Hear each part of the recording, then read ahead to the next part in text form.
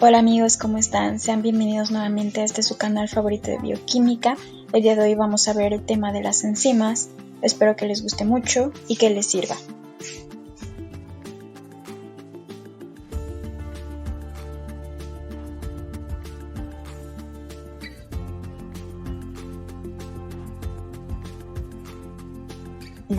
Son proteínas que catalizan reacciones químicas en los seres vivos.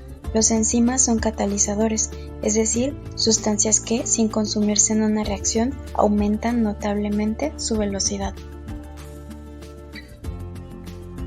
Introducción a las enzimas. Gran parte de la historia de la bioquímica es la de la investigación enzimática. Los catalizadores biológicos se reconocieron y fueron descritos por primera vez a finales del siglo XVIII, en estudios sobre la digestión de la carne por secreción del estómago. La investigación continuó en el siglo XIX con el examen de la conversión del almidón en azúcar por la saliva y diversos extractos vegetales. Hacia el año de 1850, Louis Pasteur llegó a la conclusión de que la fermentación del azúcar a alcohol por la levadura estaba catalizada por fermentos. Postuló que tales fermentos eran inseparables de la estructura de las células de levadura vivas. Este punto de vista se mantuvo durante décadas, hasta que por fin, en 1897, Edward Buchner hizo su experimento de extractos de levadura que pueden fermentar el azúcar a alcohol, en el cual demostró que las moléculas que intervienen en la fermentación pueden continuar funcionando cuando se separan de la estructura de las células vivas. Su experimento significó inmediatamente el fin de las nociones vitalistas y el alumbramiento de la ciencia de la bioquímica. Unos años más tarde, Frederick W. Kuhn dio el nombre de enzimas, que provienen del griego enzimos, que significa en la levadura, a las moléculas detectadas por Buchner. En 1926, James Sumner presentó el aislamiento y cristalización de la ureasa. Proporcionó un gran impulso a los primeros estudios sobre enzimas. Encontró que los cristales de ureasa consistían exclusivamente en proteínas y postuló que todas las enzimas son proteínas. A falta de otros ejemplos, esta idea fue discutida durante algún tiempo. La conclusión de Sumner solo se aceptó ampliamente cuando más tarde, en la década de 1930, John Northrop y Moses Kunix cristalizaron la pepsina, la tripsina y otros enzimas digestivos y encontraron que también eran proteínas. Durante este periodo, J.B.S. Haldon escribió un tratado denominado Enzymes o enzimas. Aunque aún no estaba clara la naturaleza molecular de las enzimas, Haldon apuntó la atractiva sugerencia de que las interacciones por enlaces débiles entre la enzima y su sustrato podrían ser utilizados para catalizar una reacción. Esta brillante idea está en el centro de nuestro conocimiento actual sobre la catálisis enzimática.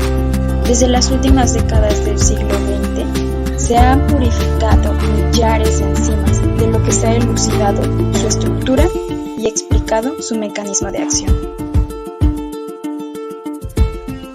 La mayoría de enzimas son proteínas, con la excepción de un pequeño grupo de moléculas de RNA catalítico. Todos los enzimas son proteínas. Su actividad catalítica depende de la integridad de su conformación proteica nativa. En el caso de que una enzima se desnaturalice o se disocie en sus subunidades, la actividad catalítica suele desaparecer. Si se descompone una enzima en sus aminoácidos constituyentes, siempre se destruye su actividad catalítica. Así, las estructuras primaria, secundaria, terciaria y cuaternaria de las proteínas enzimáticas son esenciales para su actividad catalítica. Los enzimas, al igual que otras proteínas, tienen masas moleculares relativas que van desde unos 12.000 hasta más de 1.000.000. Algunas enzimas no requieren para su actividad más grupos químicos que sus residuos aminoácidos. Otros requieren un componente químico adicional llamado cofactor, o bien una molécula orgánica o metaloorgánica compleja denominada coenzima. Los coenzimas actúan como transportadores transitorios de grupos funcionales específicos. La mayoría de ellos son derivados de vitaminas, nutrientes orgánicos que son necesarios en pequeñas cantidades en la dieta. Algunas enzimas requieren tanto un coenzima como uno o más iones metálicos para su actividad.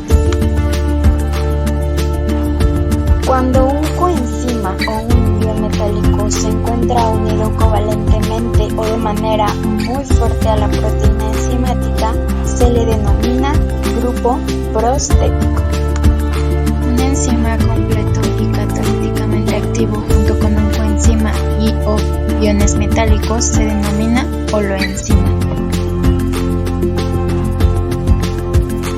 La parte proteica del enzima se denomina apoenzima o apoproteína. Finalmente, algunos enzimas son modificados covalentemente por fosforilación, glucosilación y otros procesos. Gran parte de estas alteraciones intervienen en la regulación de la actividad enzimática.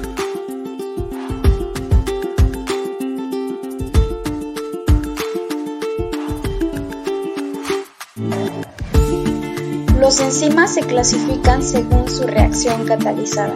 Muchos enzimas se han bautizado añadiendo el sufijo de asa al nombre de su sustrato o a una palabra o frase que describe su actividad. Un ejemplo de ello sería la ureasa, que cataliza la hidrólisis de la urea, y la DNA polimerasa cataliza la polimeración de los nucleótidos en la síntesis de la DNA. Otras enzimas recibieron nombres muy generales por parte de sus descubridores, antes de que se supiera cuál era su reacción específica. Por ejemplo, una enzima que actúa en la digestión de la comida se le llamó pepsina, que proviene del griego pepsis, que significa digestión, y la lisozima recibió su nombre por su capacidad para lisar, romper las paredes celulares bacterianas. En otros casos, el nombre procede de su fuente de origen. Por ejemplo, la tripsina, que recibió su nombre del griego trieni, que significa degastar, se obtuvo frotando tejido pancreático con glicerina.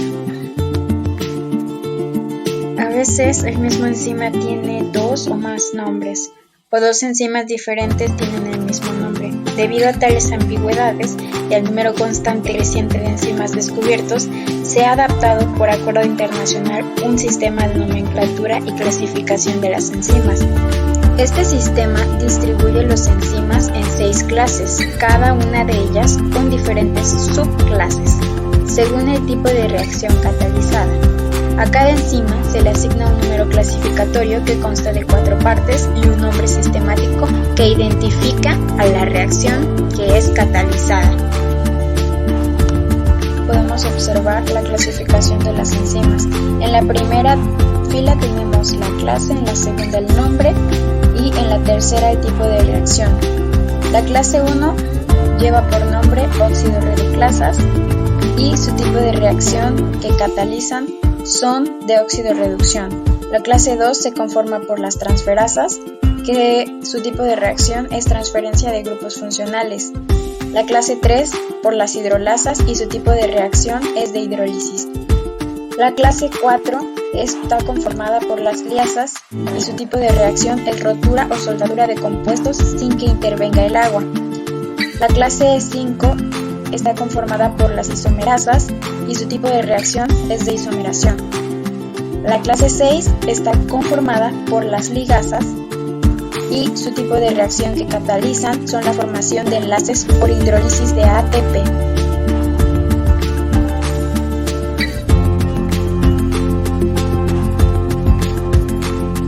A continuación viene el funcionamiento de las enzimas. La catálisis enzimática de las reacciones es esencial para los seres vivos. Las reacciones necesarias para ingerir los alimentos, enviar señales nerviosas o contraer el músculo no se dan a una velocidad útil sin catálisis. Una enzima soluciona este problema al proporcionar un ambiente específico dentro del cual una reacción determinada puede transcurrir más rápidamente. El rasgo distintivo de una reacción catalizada enzimáticamente es que tiene lugar dentro de los confines de una bolsa de enzima denominada sitio activo.